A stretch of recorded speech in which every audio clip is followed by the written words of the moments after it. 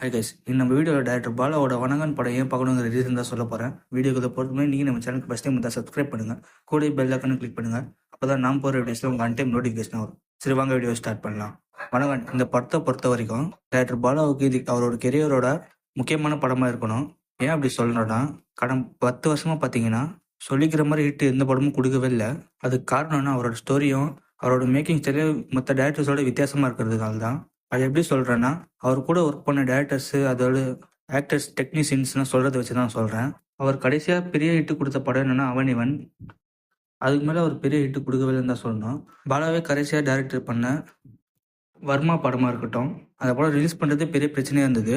அதையும் தாண்டி ரிலீஸ் ஆனது உடனே பெருசாக பேசப்படலன்னு தான் சொல்லணும். அதுக்காகவே பாலா இந்த படத்து மூலமாக பெரிய ஹிட்டு கொடுக்கணும்னு நான் நம்புகிறேன். இந்த படத்து மூலமாக பாலாக்கு மட்டும் கம்பேக் கிடையாது, பாலா மாதிரியே இண்டஸ்ட்ரியில் ஸ்ட்ரகிள் பண்ணிட்டு இருக்க இன்னொரு நல்ல ஆர்டிஸ்ட்னா அருண் விஜய் சொல்லி தான் ஆகணும். விஜய் அஜித்லாம் அவங்க கெரியர் ஸ்டார்ட் பண்ணும்போதே இவரும் ஸ்டார்ட் பண்ணியிருந்தாரு. ஆனால் விஜய் அஜித்க்கு ரெகக்னேஷன் கிடைச்ச மாதிரியோ, பாராட்டுகள் கிடைச்ச மாதிரியோ, ஃபேன்ஸ் கிடைச்ச மாதிரியோ இவருக்கு பெருசாக ஃபேம் கிடைக்கல தான் சொல்லணும். இருந்தாலும் அவங்க எந்த அளவுக்கு டேலண்ட் இருக்கோ இவருக்கும் அந்த அளவுக்கு டேலண்ட் இருக்குன்னு தான் சொல்லணும். அதனால இந்த படம் மூலமாக இவர் நல்லா பேசப்படுவார்னு சொல்கிறேன். அடுத்தது இந்த படம் முதல்ல ஸ்டார்ட் பண்ண வேண்டியது சூர்யா வச்சு தான். சூர்யாவுக்கும் பாலாவுக்கும் நிறைய மனஸ்தாபங்கள் ஏற்பட்டதுனாலேயே சூர்யா அந்த படத்துலேருந்து விலகிட்டாரு. சூர்யாவும் தாண்டி மற்ற ஆக்டர்ஸ்லாம் நிறைய பேர் இந்த படத்துலேருந்து விலகி இருக்காங்க.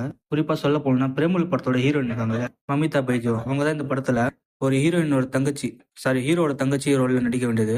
ஆனால் ஷூட்டிங் நடந்துட்டு இருக்கும்போது டேரக்டர் பாலா அவங்களை அடிச்சதுனால அவங்களும் இந்த படத்துலேருந்து விலகிட்டாங்கிற நியூஸ் அப்பயே வந்தது. இந்த நியூஸ் அந்த டைம்லேயே செம்ம இஷ்யூவாக போச்சு.